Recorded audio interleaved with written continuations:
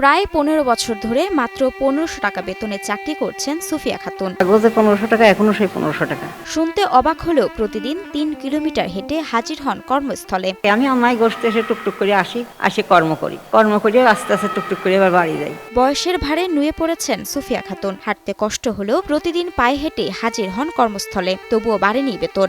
আস্তে আস্তে ৪ বছর পরে পারমিট হবে, আর ৪ বছর পরে ৫,০০০ থেকে ৭,০০০ পর্যন্ত বেতন হবে, তারপরে আস্তে আস্তে বাড়বে। আমি আজ ১৫ বছর যাবত চাকরি করতেছি, পারমিটও নাই, আবার বেতনও বাড়েনি। মাত্র ১৫০০ টাকায় সুফিয়া ঝাড়ুদারের কাজ করছেন কুষ্টিয়ার কুমারখালীর মীর মোশাররফ হোসেন স্মৃতি পাঠাগারে। মীর মোশাররফ লাহিড়ীপাড়ায় মীর মোশাররফ জাদুঘরে আমি কাজ করি।